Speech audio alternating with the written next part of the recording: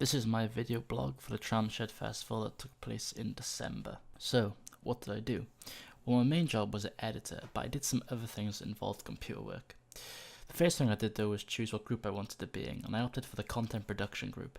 I chose this group because this is what I was most interested in, and I thought this was what I was best at. I first started by making lineup posters for the actual festival, which included the bands that had been announced. However, I couldn't include some bands as they hadn't been announced yet, so I could only include the bands that had been announced. However, I don't know if any of my lineup posters got used, as in the end there was some confusion on who was making the poster and what needed to be included, but I made two different versions of this poster.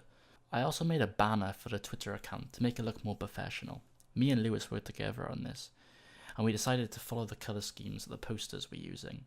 Once we completed this, we then sent it to the person who was running the Twitter account. I then started working with the people who were running the gaming side of the festival. I started by emailing Scott, the person who was running it, asking him what ideas he had and also what games he was going to play.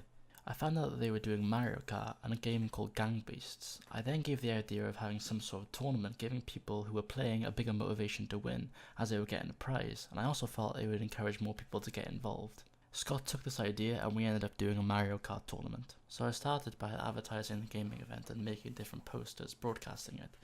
I worked with Lewis and my lecturer Paul to do this. Me and Lewis would make different posters and send them to Paul, and Paul would give us feedback and say what we needed to improve on.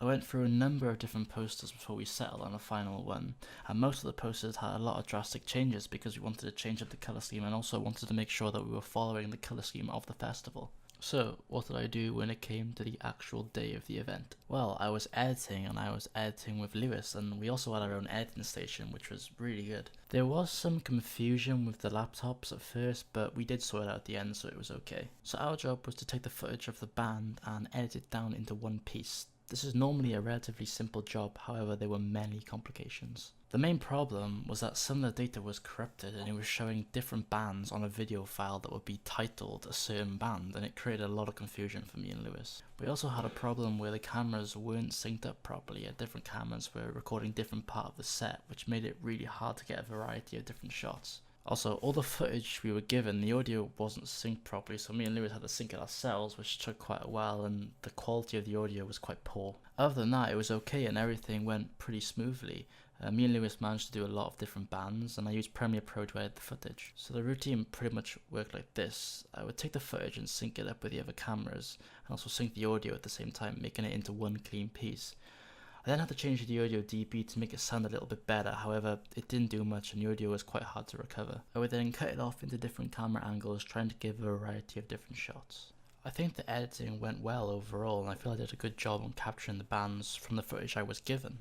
However, I feel my posters could have been a little bit better. If I was to do this project again, I would have done some more research on how to grab a customer's attention through the poster, because I feel I could have made them a little bit better.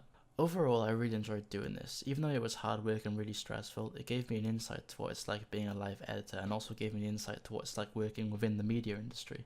I would love to give live editing a shot again and see if I can do it better, because this time I'll know what to expect.